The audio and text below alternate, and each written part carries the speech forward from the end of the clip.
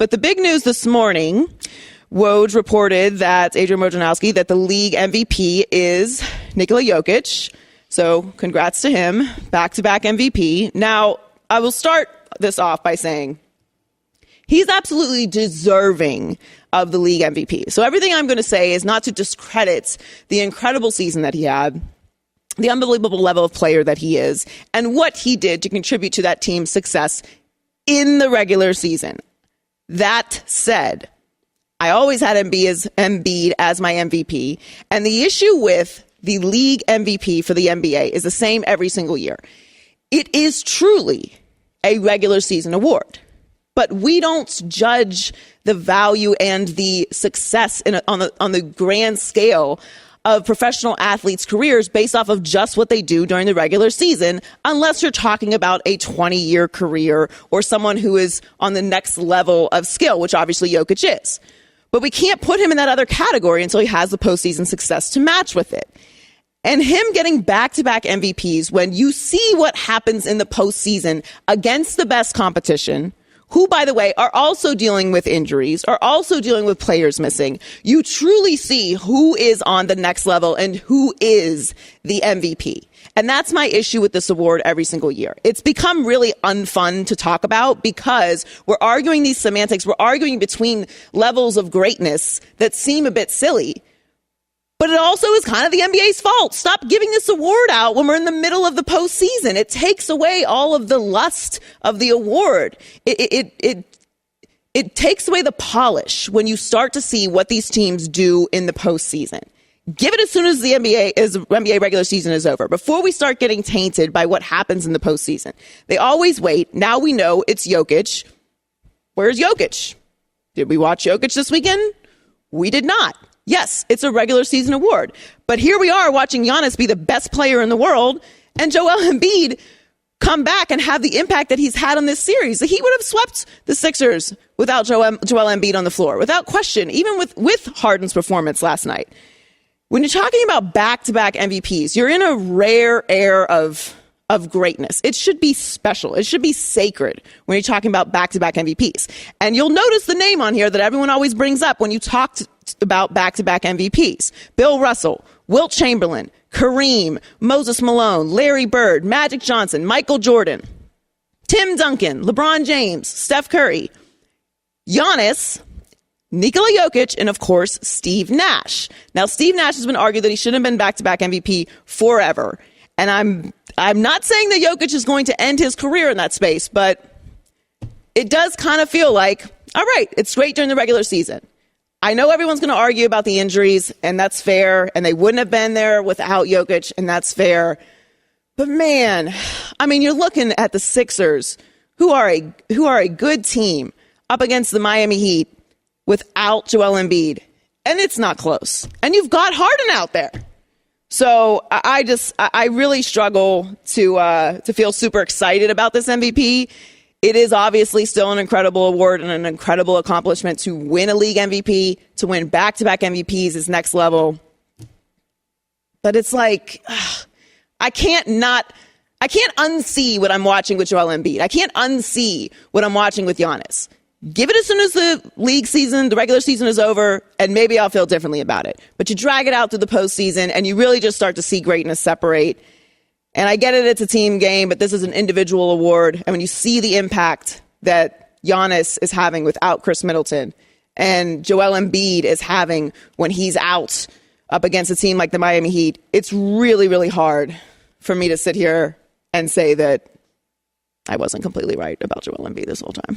Someone who knows Miami well, Antoine Walker, Fox Sports NBA analyst, is joining us now. All right, I'm worried. I'm not going to lie. As I should be. I picked James Harden to win the MVP, Joel Embiid to win the MVP, and I thought James Harden was going to be significant for the Sixers. I like them a lot, so maybe I spoke this into existence. But it is a 7-game series, so we'll start with the Heat. What do you make of Spo not having Duncan Robinson in the rotation at all? Is that strange to you? I know he's a defensive liability, but they were shooting 20% from three. I definitely think it's strange. I think, we always talk about how good of a coach Spo is and his adjustments and things he do. But I'm starting to wonder a little bit why he's not in the lineup. I know Victor Oladipo has played well, so I think that's one of the reasons. But I think he has to make a real gutsy decision, and I think it has to come from Kyle Lowry. I just think Kyle Lowry is not playing at the level that they need them to play at. He's not making shots. He's not making threes, and you may have to limit his minutes and put Duncan Robinson back in the lineup. The Heat are one of the best three-point shooting teams. They live and die with the three-point shot, and they need to start making something if they want to win this series because Embiid gives them more presence in the inside to defend. So they're going to have to put some shooters out there. But I do believe this is one of those series where home court advantage it's going to really matter. I like the Heat in 7 to take care of business. I don't think Philly can get a win on the road, even with Embiid back. What do you make of Harden's performance last night? Do you think that that is an outlier or that's something that he can string together for multiple games? It was refreshing to see him make some shots and to be aggressive. We haven't seen that from him throughout the playoffs for long periods of time. So it was good to see it in that retrospect, but I wouldn't bank on it. That's something I wouldn't, if I'm Philly, that I would bank on. I mean, obviously, you want him to be aggressive, but you want Embiid to continue to get comfortable wearing the mask. And obviously, we know about his hands, but you want him to continue to play at a high level. But Harden has to do it consistently. Can he take this show on the road? And not saying it's easy to do at home, but can he put this type of performance up on the road? They're going to need it from him. We're talking to Antoine Walker, Joy Taylor in for Colin Cowherd on The Herd. So we pretty much knew this was coming, but Woj tweeted out today that Nikola Jokic is the league MVP. He has won back-to-back MVPs. Now, I had Joel Embiid as the MVP this season. I have lots of thoughts on this, but do you think that Jokic deserved to win back-to-back MVPs? No, I don't think he deserved to win it. And I know Jokic had a great year, but I think it's hard to pick a team that finishes in the 6th seed. I know they won 48 games, but in history of this award, usually you reward guys that win and also put up great individual numbers and carry their team to a good playoff seed. And Jokic didn't do that. I know the analytical numbers, and I know he's off the chart with that. But I had Giannis. I had Giannis to be the MVP. And if he didn't, I was very happy with Joel Embiid getting it because I thought last year if Embiid did not get hurt, he would have won it last year. But to bounce back the way he did this year with the Ben Simmons situation and getting Harden late, just everything that he had to deal with, we finally saw Embiid fight through that, play through injuries, play a complete season. I thought he deserved it more than any of the three that was in the running at the end. So even though Jokic had a great year, don't want to take anything away from him, but I thought those other two guys were more deserving because their team were more successful. Yeah, I agree. So this NBA postseason has been a little chippier than usual, which I'm okay with. You know, I'm a Heat fan. We're okay being goons. But I do think there's a line that you kind of have to ride when you allow players to be a little physical and have that kind of animosity. Somebody's going to take it over the line. And we've sort of seen that over the past couple games and most recently the Ja Morant, Jordan Poole situation. Do you think that was a dirty play? Do you think it was a code breaker type of situation? I don't think it was a dirty play, but I think when you suspend Dillon Brooks for his play, and we know that play was a more physical play, what Dillon Brooks' play was, you set the precedence that every team is going to be looking for someone to get kicked out no matter what.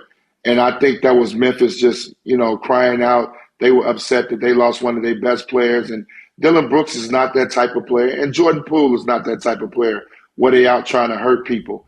And I think when the league suspended him, and I think the league suspended Dillon Brooks because of the outcome of what happened, the result of, Gary Payton getting hurt. And I think that's why he got suspended, and Steve Kerr lobbied for that, and they end up getting it. And I think that's where Memphis is just trying to, throw something back at them. But I love the fact that this is a physical series. I'm old school. I'm used to physical play. But the game is not called like that no more. So we're seeing so many. I know you get frustrated like I do. Every time somebody gets hit, they go to the monitor to see if something's wrong. It makes basketball crazy now. Every game you stop in the game 6 or 7 times for a foul. So the game is not – they're not going to let you be as physical as you want to be. But I think the suspension of Dylan Brooks has just got everybody looking for the run bad foul to try to turn it around. Yeah, it kind of set the tone for everything for the postseason. I agree with you. It was an outcome decision there. So there was a bit of an incident last night with Chris Paul and some fans in Dallas. I've had incidents with fans. I think people need to keep their hands to themselves. It's a very simple solve. But, we're seeing more and more of this around. We just saw this with the Chappelle show out here, someone jumping on stage and people feeling really entitled. What do you think the consequences should be for a fan who does something like this, puts their hands on a family member? Oh, this is tough. I mean, obviously, especially when you're made aware of it and you're on the court. I mean, I don't blame Chris for being aggressive and wanting to get involved, but I think all you could do at that point is get them removed. I had a situation like this in Boston where I was playing in Boston, but I called my boys down. They was in the stands, and I called my boys over to address the situation with a fan after getting involved with a fan. So it happens. I mean, obviously, that's all you can do is ask for the arena security and NBA security to handle it right away so you don't have to get involved. But this what comes with playoff basketball. So it's unfortunate, but you do got fans. Once they get them 2, 3, 4, 5, 6 drinks in them, they're gonna say and do things that you may not want to do. So you got to just handle it with the right people with the security. I don't know if he was old enough to drink. He looked pretty young. I would have been checking his ID. Thank you, Antoine, for stopping by. I always love having you on. All right, thank you. That's Antoine Walker, NBA champ with the Miami Heat. Made me feel a little better. I mean, look, I'm nervous. So the Heat are the last team that I allow to make me feel. Really? That's your one? Yeah, I can't. That's just too much. Well, first of all, things change when you do national shows. Obviously, you talk about everybody. But, I was born and raised in Pittsburgh, so I always root for the Steelers. Miami Dolphins obviously have ties with them. But, the Heat are just the last ones. It was too much. I only have so much emotional energy to give out,